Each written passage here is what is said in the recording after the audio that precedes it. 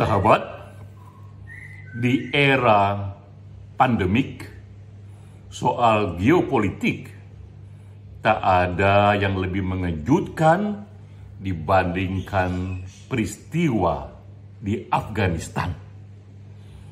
Ini situasi di mana setelah 20 tahun Amerika Serikat terpaksa pergi dari negara itu. Dan tiba-tiba kita membaca berita Taliban, kelompok agama garis keras, kini menjadi penguasa baru di Afghanistan. Peristiwa yang mengejutkan. Dan lahirlah dua pertanyaan penting. Pertama, mengapa Amerika Serikat pergi dari negara itu, meninggalkan Afghanistan setelah bersusah payah 20 tahun menduduki dan mendominasi Afghanistan. Pertanyaan kedua, dengan kemenangan Taliban di Afghanistan, apakah efek politiknya bagi Islam di Indonesia? Dua pertanyaan ini pertanyaan penting, pertanyaan mutakhir.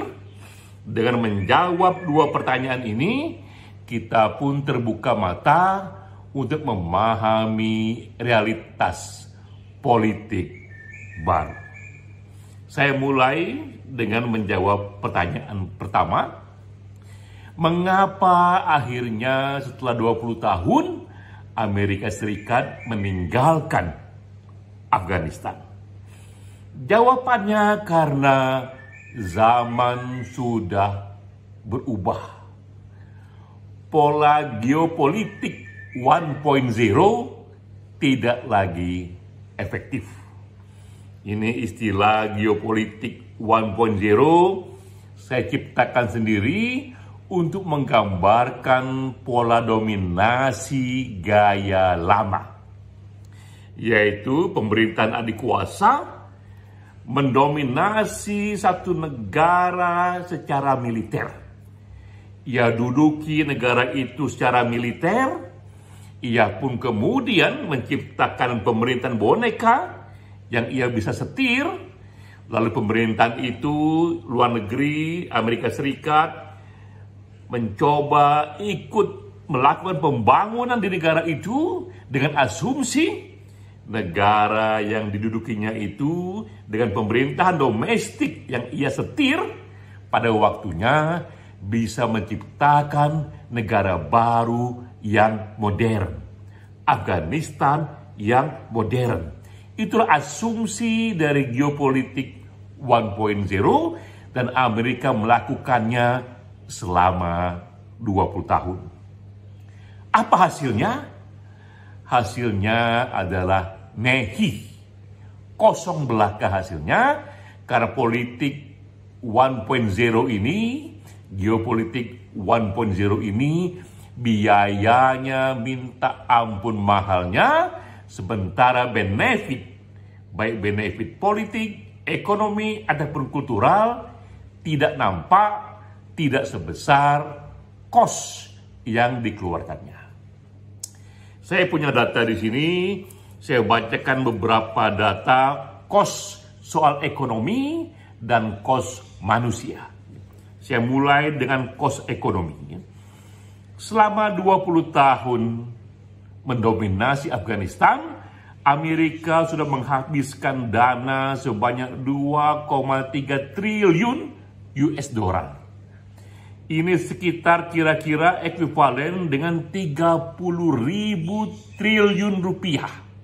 Kita bayangkan biaya yang Amerika keluarkan untuk mendominasi Afghanistan selama 20 tahun sebesar 30.000 triliun rupiah. Kalau kita bagi rata-rata per tahun, Amerika mengeluarkan 1.500 triliun rupiah per tahun. Jika Amerika menambah setahun lagi untuk berkuasa di sana, Amerika harus mengeluarkan rata-rata 1.500 triliun rupiah per tahun. Terlalu besar kos ekonominya, karena jika kita bandingkan saja dengan anggaran APBN Indonesia tahun 2020, belanja kita di tahun 2020 itu sebesar 2.500 triliun rupiah. Biaya yang Amerika habiskan untuk tinggal di Afghanistan itu sama dengan 60% dari APBN Indonesia per tahun. Itu dari segi biaya. Kedua, dari segi human cost, korban yang kehilangan nyawa di sana dari pihak Amerika Serikat. Ini datanya. Selama 20 tahun, Amerika telah kehilangan tewas sebanyak 2.455 tentara dan 3.846 kontraktor dan warga lainnya. Rata-rata jadi selama 20 tahun, Amerika sudah kehilangan 6.200 warga negaranya di Afghanistan. Dalam setahun, yang wafat dari pihak Amerika di Afghanistan sebanyak rata-rata 310 orang. Jika Amerika menambah lagi setahun di sana, rata-rata ia akan membuat 310 warganya terbunuh di Afghanistan. Kedua, dari sisi veteran yang dilahirkan dari Afghanistan. Selama 20 tahun sudah terbentuk sekitar 980.000 tentara Amerika yang menjadi veteran. Dari tentara Amerika Serikat, 980.000 mereka adalah veteran Afghanistan. Selama 20 tahun rata-rata Amerika menghasilkan 45.000 veteran perang tentara. Dan setiap veteran tentu saja akan punya kosnya sendiri. Jika Amerika memperpanjang setahun lagi tinggal di Afghanistan, maka ia harus merelakan lahir kembali 45.000 veteran perangnya. Jadi kita lihat begitu tingginya kos ekonomi yang harus dihabiskan Amerika. Pertama tadi secara ekonomi 1.500 triliun per tahun dan 310 nyawa warga Amerika hilang dan juga 45.000 veteran lahir hanya dari mendominasi Afghanistan selama per tahun. Rata-rata per tahun. Terlalu besar kos yang dihabiskannya. Lalu apa benefitnya? Itu pertanyaannya. Selama ini pemerintah Amerika hanya mampu menghasilkan pemerintahan Afghanistan yang sangat lemah. Itulah pemerintahan Afghanistan yang selama ini didukung dan dijaga Amerika. Pemerintahan yang kita tahu ternyata pemerintahan yang korup pula, pemerintahan yang tak dicintai oleh rakyatnya. Lemahnya pemerintahan Afghanistan segera nampak ketika Amerika merencanakan pergi dari negara itu, dan apa yang terjadi? Kita tahu ternyata presidennya pun kabur dari Afghanistan, kabur secara lebih cepat dari yang diduga. Itu menyebabkan Taliban bisa menguasai Afghanistan secara jauh lebih cepat. Ini situasinya. Lalu Amerika Serikat menimbang-nimbang dari sisi cost dan benefitnya, tak lagi terlalu besar benefit yang bisa ia ambil dari Afghanistan, sementara cost-nya terlalu besar. Tentu Amerika tak akan lepas sama sekali dari Afghanistan, simpel saja karena di sana, seperti yang dikatakan Joe Biden dalam pidato terakhirnya, di Afghanistan sudah didata ada 100-200 warga Amerika yang secara sukarela memilih tinggal di sana tak ingin meninggalkan Afghanistan karena sudah kuatnya jalinan budaya dan historik mereka terhadap Afghanistan. Selama warga Amerika tinggal di sana, selama itu pula Amerika akan waspada. Sejauh warganya tak diganggu, sejauh itu pula Amerika tidak akan menyerang secara militer. Kedua, juga kepentingan Amerika, kenapa ia tetap akan melihat Afghanistan secara jeli, ialah masalah terorisme. Sejauh Afghanistan tidak menyerang Amerika, kepentingannya dengan terang-terangan yang menggunakan aksi-aksi teror, sejauh itu pula Amerika tak akan bereaksi. Karena ia tak melihat lagi, Amerika tak lihat lagi apa manfaat besarnya Afghanistan bagi kepentingan Amerika Serikat.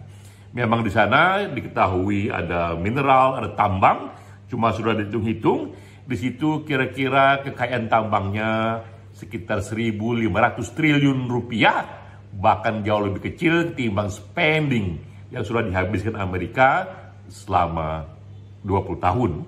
Apalagi Amerika mengetahui bahwa mereka punya strategi lain jika suatu ketika harus menyerang Afghanistan.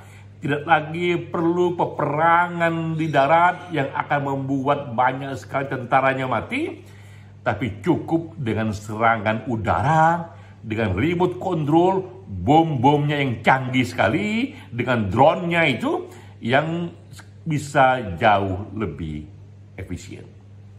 Itulah alasan mengapa akhirnya Amerika pergi dari Afghanistan, karena benefitnya terlalu kecil, pemerintahnya dibantunya juga tak kunjung kuat, sementara cost-nya terlalu besar, dan Amerika merasa masih bisa menguasai Afghanistan dengan cara yang berbeda, dengan cara yang efisien. Dan kita tahu juga bahwa geopolitik 1.0 sudah tak lagi berlaku, maka politik dominasi akan tetap berlanjut, tapi berubah menjadi geopolitik 2.0, yaitu dominasi yang tak lagi perlu dengan kekuatan militer, tapi dominasi yang sudah berubah menjadi dominasi ekonomi, dominasi teknologi, dan dominasi kultural yang akan lebih murah harganya dan juga akan lebih mengurangi sekecil-kecilnya nyawa manusia. Itu pertama. Kedua, apa efek dari kemenangan Taliban bagi Indonesia? Akankah Indonesia terpengaruh, bergolak pula politik Islam di sini untuk meniru-niru kemenangan Taliban? Kita tahu ketika Taliban menang akan dibentuk di sana bentuk pemerintahan negara Islam. Kita sudah mendengar puncak tertinggi dari pemerintahan nanti dijabat oleh seorang ulama. Jadi ulama lah yang menjadi supreme leader. Di bawah ulama itu akan dipilih seorang presiden atau seorang perdana menteri. Tapi presiden atau perdana menteri itu tunduk pada satu pengaruh ulama, pemimpin ulama yang dipilih. Inilah bentuk negara Islam yang akan diterapkan, yang sangat mirip sekali dengan struktur di Iran, politik Islam di Iran. Bedanya di Iran yang menjadi pemimpin tertinggi itu imam dari kalangan Syiah, tapi di Afghanistan itu adalah seorang pemimpin agama yang sangat dihormati, yang menguasai hukum Islam, tapi dari kalangan Sunni. Itu modelnya. Tapi kita tahu di Indonesia, aspirasi warga negara yang menginginkan negara Islam sangatlah kecil. Cukup dengan mata telanjang saja kita melihat dalam pemilu langsung Indonesia. Kita hanya mengalami beberapa pemilu langsung yang sangat bebas, demokratis, tahun 55, tahun 99, 2004, 2009, 2014, 2019, itu pemilu langsung yang dipilih rakyat, yang majoritinya 90% warga Islam. Apa yang terjadi? yang menang selalu partai nasionalis. Tak pernah terjadi yang menang itu partai yang berbasiskan Islam. Tahun 55 sampai sekarang yang menang itu PNI atau PDIP Perjuangan atau Golkar atau Partai Demokrat yang semuanya adalah partai nasionalis, partai terbuka. Keseluruhan dari partai-partai yang punya basis Islam, bahkan jika digabung jadi satu, mulai dari PKS hingga katakanlah PKB, katakanlah di sana PAN, itu totalnya tak lebih dari 35% suara. Nah, itulah kalau kita melihat satu situasi politik dari pemilih Muslim di Indonesia, 90% warga Muslim, tapi hanya 35% yang memilih partai berbasiskan atau partai dengan nuansa Islam. Karena di sini warga Muslim itu punya aspirasi politik nasionalis yang lebih terbuka, atau yang seringkali kita katakan ini adalah politik Pancasila. Bahkan lebih jauh dalam survei-survei yang kita buat, terutama dari survei LSI dan IJA, menunjukkan kalau ditanya apakah Bapak dan Ibu inginkan negara Islam, Pancasila, atau negara demokrasi seperti Barat, yang inginkan negara Islam itu selalu di bawah 5%. Karena itulah saya menganggap pergolakan politik di Afghanistan, kemenangan Taliban dengan aspirasi negara Islamnya tak akan banyak pengaruh di Indonesia, karena watak pemilih Muslim di Indonesia sudah berbeda. Di Indonesia, walaupun warga Muslimnya membaca Quran yang sama, meyakini Nabi yang sama, tapi kita sudah lebih dari sejak tahun 45 hidup dalam kultur yang moderat, yang lebih pro pada kultur yang disimbolkan dengan Pancasila. Terlalu besar warga Muslim di sini yang bahkan menolak jargon-jargon ataupun prinsip-prinsip negara Islam. Bagi kita cukuplah satu negara seperti negara Pancasila itu yang kuat prinsip demokrasinya, namun ada tambahan departemen agama. Di semua negara demokrasi di dunia tak ada departemen agama, tapi di Indonesia kita kompromi, tetap demokrasinya, namun ada tambahan departemen agama sebagai satu bentuk ekspresi goodwill pemerintah memberikan perhatian lebih kepada sentimen agama. Jadi itulah kita anggap paling jauh kita memang ada di posisi itu, negara demokratis dengan departemen agama. Bukan negara Islam, bukan negara yang menjalankan syariat Islam dalam hukum positifnya, apalagi dalam konstitusinya. Sehingga pertanyaan kedua, kita bisa jawab, walaupun Taliban menang di Afghanistan, efeknya pada Indonesia tidak akan besar. Itulah kira-kira jawaban atas dua pertanyaan penting yang kita hadapi di era pandemik. Di Afghanistan, kita terbuka mata bahwa geopolitik 1.0 sudah usang, sudah terlalu mahal, karena itu Amerika pergi dari sana, dan Indonesia akan tetap kuat dengan fundamennya, dengan tracknya, walaupun kelompok agama garis keras menunjukkan bisa berjaya di Afghanistan. Salam.